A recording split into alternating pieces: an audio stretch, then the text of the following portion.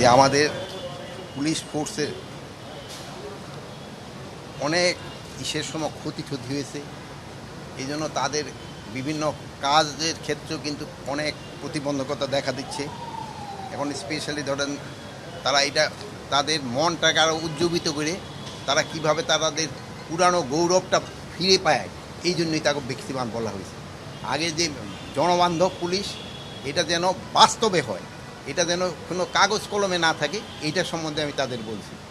Plus এই থানা পর্যায়ে যে লোকজন যে অনেক সময় তারা বিভিন্ন কাজের জন্য গিয়া তারা কিন্তু অনেক সময় তাদের যে সমস্যাটা ওইটা সমাধান করতে পারে না, বাট সব সমাধান সম্ভবও নয়।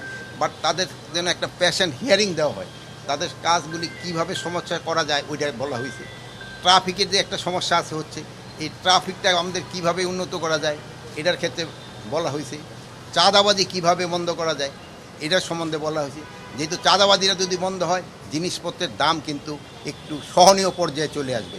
এই চাঁদাবাজি যেন না হয়, প্লাসে যে ঘুষ এবং দুর্নীতি যে পুরা আমাদের সমাজটাকেই গ্রাস করে নিছে, এটারে কিভাবে বন্ধ করা যায় এইগুলি সম্বন্ধে তাদের সাথে আলোচনা হয়েছে। বাট মেইনলি আলোচনা হয়েছে তাদের যে পুরানো ফর্মে যেন পুলিশ যত তাড়াতাড়ি ফিরে যেতে পারে, তারা যেন জনবান্ধব পুলিশ হতে পারে। এইটির জন্য জনগণের একটা আশা, তারা যেন জনবান্ধব পুলিশ হতে পারে। আর আমারও একটা আশা, এবং আপনাদেরও মনে হয় সবাই আশা, একটা জনবান্ধব পুলিশের জন্য।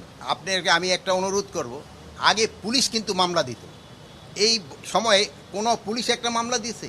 আগে পুলিশ 10 জনের নাম দিয়া 100 জনের নাম দিত কি বলে অজ্ঞাত। কিন্তু আজ পর্যন্ত পুলিশ কিন্তু এই দিচ্ছে না, এটা কিন্তু সাধারণ পাবলিকরা দিচ্ছে।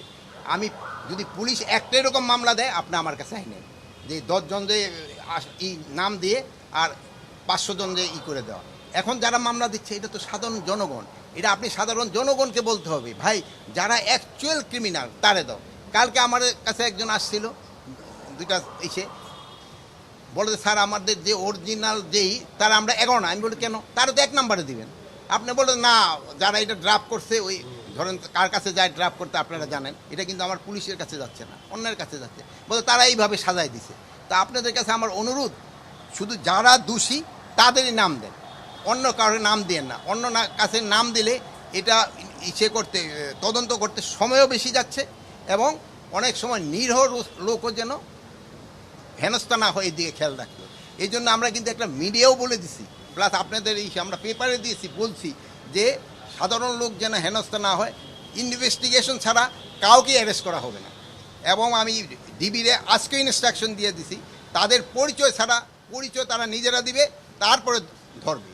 এখানে আমার ধরার কথা শুধু ক্রিমিনালদের, আমি সাধারণ মানুষকে তো ধরার জন্য বলবো না, ক্রিমিনালদের ধরার জন্য।